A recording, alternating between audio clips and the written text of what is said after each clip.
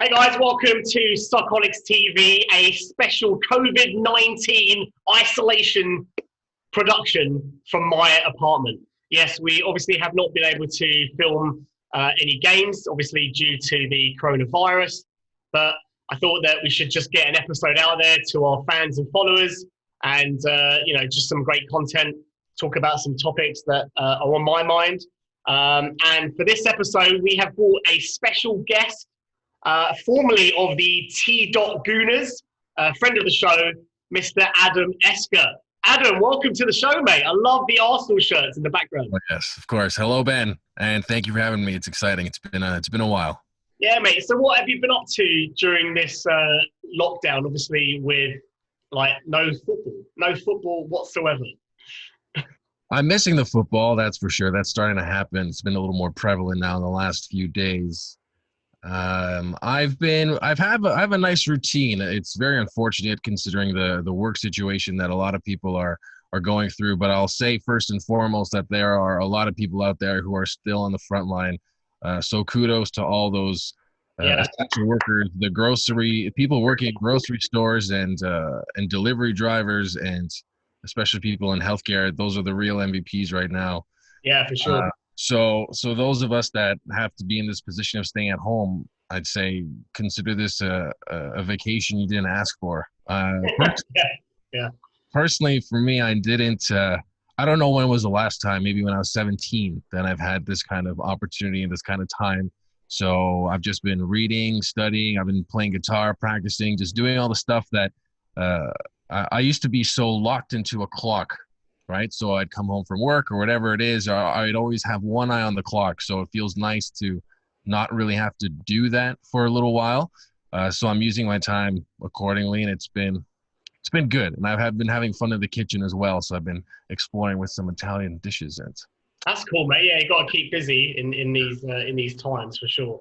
I thought I'd get you on the show and talk about some stories that I've found that was quite interesting. Get your take on it, of course. So as you know, this Easter Monday will mark 5 weeks since a last game was played in the Premier League. I want to know what your thoughts are about how will they, when this eventually, when the virus eventually disappears and everyone is on the mend and healthy and there's signs that people can go out and congregate, how will the leagues get back to of where they last played? And how will that have a knock-on effect for all the other competitions like Champions League, World Cup, Euros? I mean, is your thought on it just give it to Liverpool because they've won, or give it to the teams that are already leading? Or I've been also hearing reports about they're trying to play as many games as possible in the week to get to that end-of-season deadline. Well, I wish I had a crystal ball that I could see exactly how this would look. I think to start, if Mikel Arteta didn't test positive, the league would have continued on.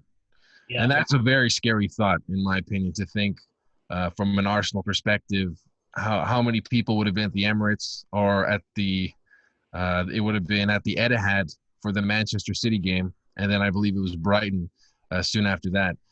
And you just don't want to have people be in that kind of position. So would the Premier League, would have, could have, should have, but I'm not really sure if they would have shut it down unless someone of such a high profile would have been, who would have tested positive. And now a lot of leagues are struggling right now because they don't know what to do. Of course, in Belgium, they shut the league down and they awarded it to Club Brugge.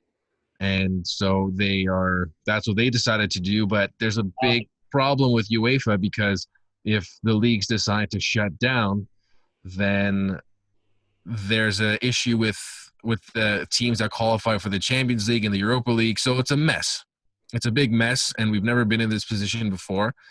And it's hard to really know what decision to take. What I foresee happening is when things ease off somewhat and we flatten the curve, so to speak, I think they're going to be playing games behind closed doors. It's sort of it's multiple scenarios. They either just shut it down if this goes on for too long, and they award it to Liverpool, and they freeze the table, and then we start again. And then the other scenario is once this eases off a little bit, they will probably play the matches behind closed doors. there's a big problem right now with cash flow, and a lot of businesses and football clubs, of course, because they're businesses as well, are struggling because they are not able to maintain that kind of cash flow. I've been looking into it to understand how the finances work and where the money is, but the money is constantly flowing in and out. So they will want to recoup those costs, especially a prestigious league like the Premier League that makes billions of pounds every year, and signed that massive TV deal a few seasons ago. So I think they will be inclined to do that once this flattens out. But I think we have to, and I think this will be on a global scale, especially in North America, and maybe even in Europe as well, as they're doing in Asia. But you're just going to have to test temperatures. You're going to have to test and watch over people. And especially when it comes to players, yes, they won't be playing with full stadiums, but I think they might try to chop this down and play behind closed doors and just be watching and testing over all the players. I don't know if that really answers your question, but it's sort of, it's in terms of scenarios. They'll either shut it down or pause it and say, okay, Liverpool have won the title, but no one gets relegated. Yeah. I don't know if that will work though. Yeah. Because what about the clubs that are supposed to go up from the championship? Exactly. But I think it will be in the best interest of those clubs suffering financially, especially in the lower leagues, to play it off behind closed doors. It's just a matter of when we'll be able to do that. Yeah. All right. Interesting take. Another story that's been making the headlines are these players' wages. There's a few clubs that are automatically, with their players, automatically taking pay cuts. And there's other players like Barcelona, for instance, that were against taking a pay cut. Now, obviously, in a player's contract, nothing like this would be stipulated, would it? There would be nothing in a player's contract that says if a virus was to take over the world, you would have to take a pay cut. But also, I believe that if you're not working, then you shouldn't be paid.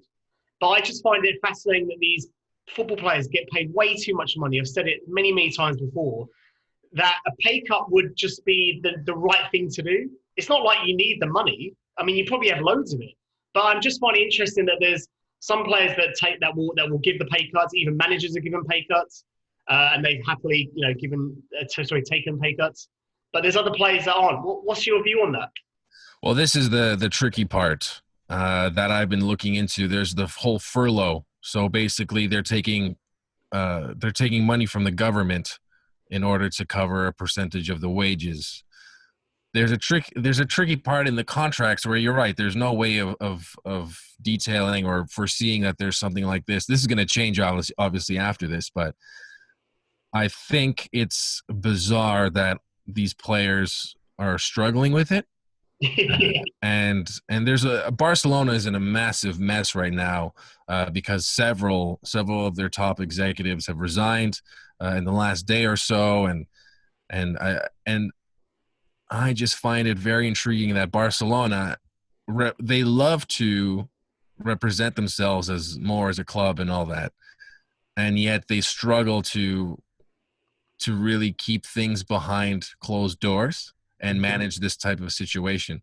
I know Tottenham have been a club that have taken the furlough. Liverpool did, but then they backed down. But the Tottenham Supporters Trust have been trying to prevent their image from being spoiled in the public sphere, and they want to take measures to prevent the club from doing that.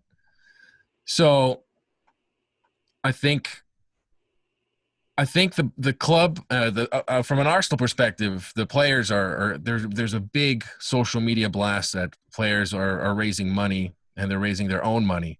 We're going to find out what they end up doing in the coming weeks. Arsenal have been quiet in terms of how they're going about it, in terms of the financials, but at least players are donating, giving back, and supporting their local communities. The Arsenal Foundation today have donated £100,000.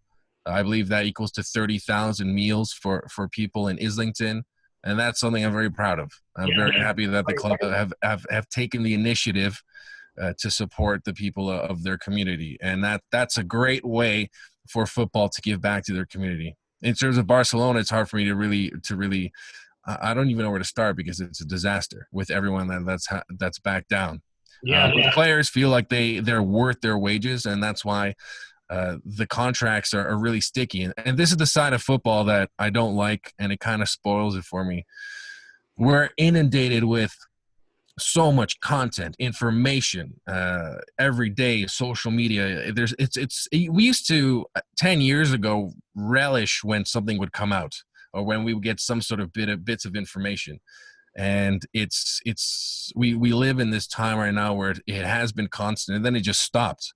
When was the last time anything like this has ever happened since something as drastic as the Second World War?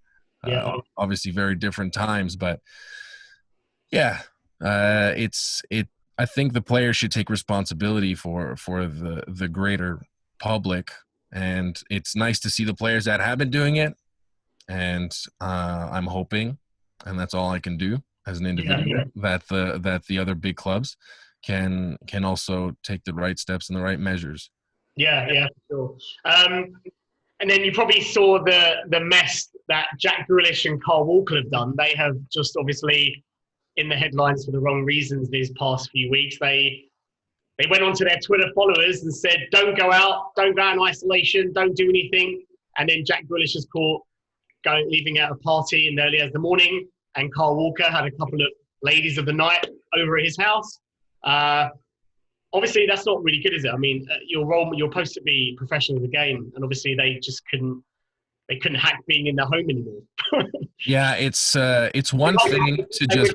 Carl Walker, sorry, apparently it's ruined his chances of his England international career. Good, and it's deserved based off of the actions. A lot of people live without consequences for their actions, and Jack Grealish and Kyle Walker have done that, and they're getting their fair share, but who probably won't be enough. But it's something that's going to be slagged on them for so long, because it's so unfortunate when people want to bang the drum of good philosophy, and they were probably told to do that, and it didn't come from them. Someone told them to go out and look good in front of a camera, and then they'll go out and do something like that. So it just speaks of their character. Yeah, it does. All right, mate. Any other news that you've seen this week that you want to chat about briefly? Well, to add to what you're asking at the beginning about what I've been up to, I've been watching a lot of classic Arsenal football clips that I've just been missing out on, and we passed the 19th anniversary of Rocky Rocastle. That's right. His anniversary, and I was watching the Littlewoods Cup final from '87. We beat Liverpool 2-1, and I love watching those old school clips. And we beat Spurs in the semifinal. And it used to be when it was a two-legged affair, and it's funny, it's called the Littlewoods Cup. I think it used to be called the Milk Cup, and I love watching those old nostalgic videos that I generally don't have time for, but it's really enjoyable to do that and get caught up in those moments. And there's so many amazing compilations on YouTube, and there's so much that people have poured into football and how much they care about what they about how they represent the club, or how they want to have to share content and information with people. So I've been really soaking that up and rewatching some classic goals and compilations from various seasons of days gone by. And I really like watching the old stuff. So another game that I love, I think it was in '73, we beat Liverpool 2-0 at Anfield, and it was a dirty, muddy pitch. And it was great. John Radford scored a goal. He ran from the halfway line, and it was just, I love getting caught up in that sort of old school footballism, and not just to be inundated with Arsenal, but just sort of watching old classic clips of moments that have gone by. Yeah. That's awesome, mate. Yeah, I know a lot of fans who support their respective clubs. The clubs are just releasing old footage of games just to, keep them occupied and get content out there, which I think is great in this epidemic that we're going through. All right, mate. Well, thanks very much for joining. I really appreciate your time and thoughts and wisdom, and however long this is going to keep going on for. I know it's not going to be sorted out in the near future, but we just got to hang in there, really. Thanks, guys, for watching the video. Please like, subscribe, comment, stay healthy, And we'll see you next time for another episode right here on SoccerholicsTV. Cheers. Thank you.